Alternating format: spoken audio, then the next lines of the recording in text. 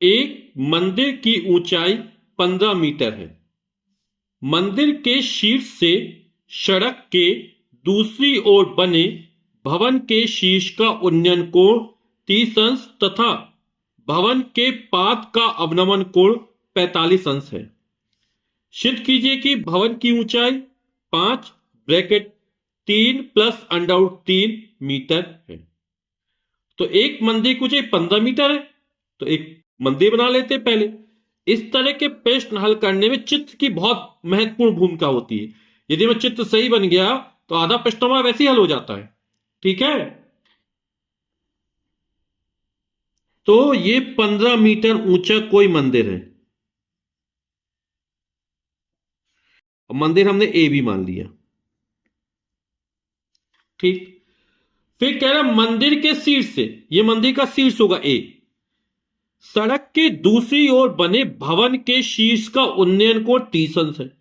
यानी कि अब जब यहां से देखते हैं तो उन्नयन कोण बन रहा है, यानी भवन की जो लंबाई है वो मंदिर से ज्यादा है, तभी तो उन्नयन कोण बन रहा है 30 अंश का, है ना। तो ये हमारी सड़क हो गई और इस पर कोई ये भवन बना हुआ है। तो ये जो भवन है ये PQ भवन है। ठीक, और ये BQ सड़क हो गई। एक तरफ मंदिर है, दूसरी तरफ भवन बना हुआ है।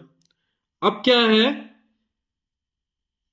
कि मंदिर के शीर्ष से सड़क के दूसरी ओर भवन के शीर्ष का उन्नयन कोण 30 अंश है। यानी मंदिर के शिखर से जब भवन के शिखर को देखते हैं तो ये जो कोण बन रहा उन्नयन कोण, ये वाला, ये कितने अंश का है? 30 अंश का है। तथा भवन के पाद का अवनमन कोण, अवनमन कोण क्या होता है? जब ऊंचाई पर स्थित होते हैं और नीचे की ओर देखते हैं। तो ये PQ भवन है और ये Q क्या, उसका पाद है ना। तो जब मंदिर के शीर्ष से पाद को देखते भवन के,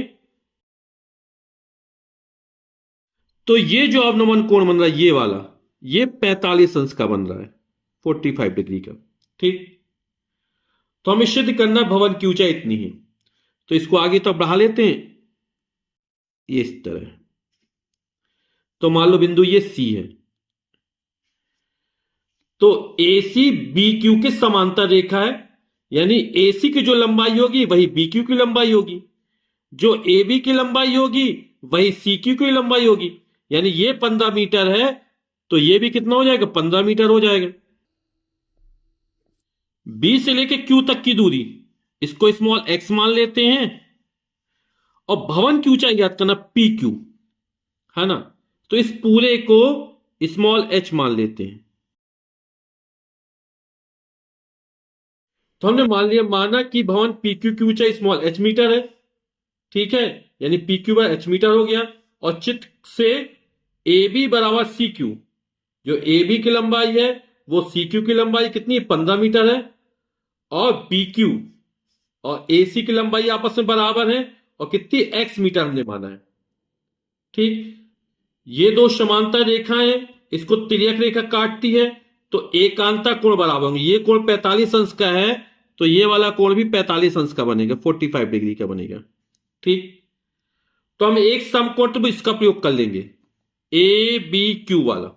ठीक है, और एक समकोण त्रिभुज इस वाला प्रयोग करेंगे तो हमारा प्रश्न हल हो जाएगा। तो समकोण त्रिभुज ABQ में,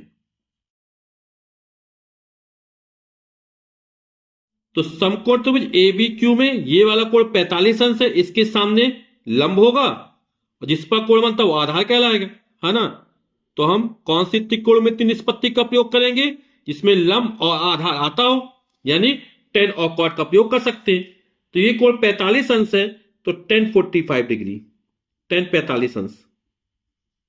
और tan थीटा वाला क्या होता है? लंब बटे आधार, तो कोण के सामने लंब, लंब हो जाएगा AB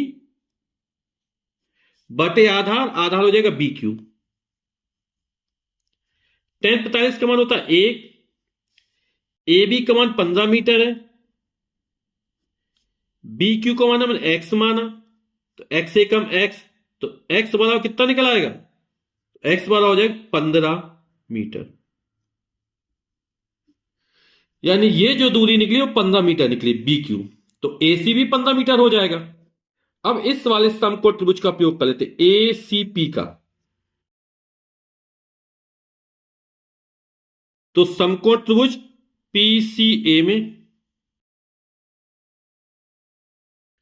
ये वाला कोण 30 अंश है, तो tan 30 30 डिग्री बराबर tan थीटा लंब बटे आधा, तो कोण के सामने लंब लंब हो जाएगा पीसी बटे आधा, आधा हो जाएगा एसी। tan 30 का मान कितना होता है 1/√3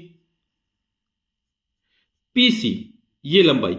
ये जो पूरी लंबाई हमने स्मॉल h मीटर मानी, इसमें से यदि 15 मीटर ये जो लंबाई घटा देंगे, हटा देंगे, इतना हटा दो घटा दो, तो ये बची रहेगी। तो यानी कितनी हो जाएगी h माइनस का 15 मीटर, ये हो जाएगी।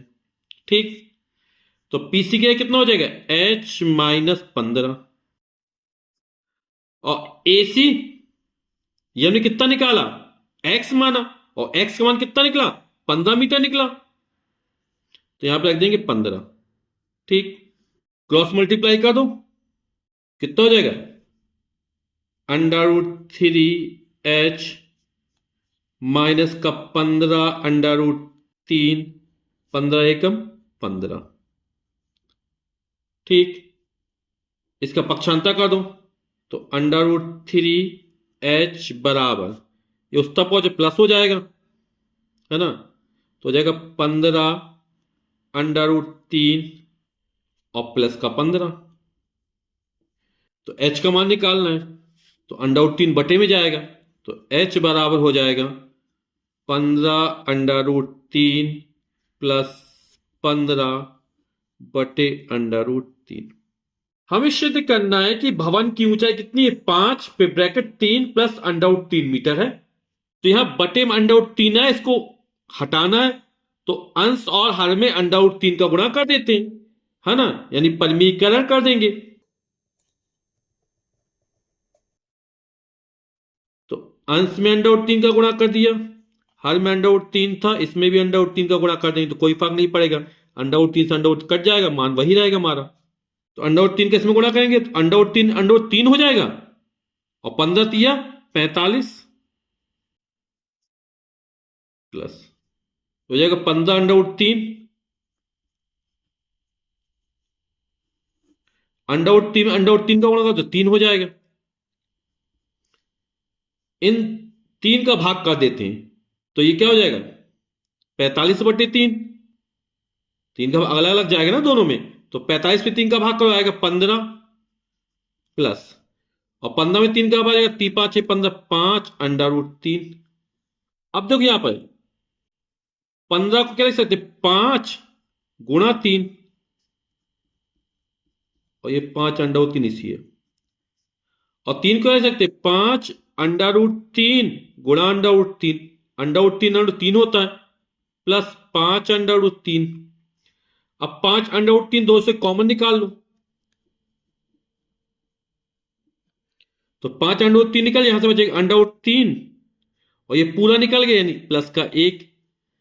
तो ये भवन की ऊंचाई h निकले, h का मान निकला 5 √3 और बैक √3 प्लस 1 मीटर, और यही हमें सिद्ध करना था।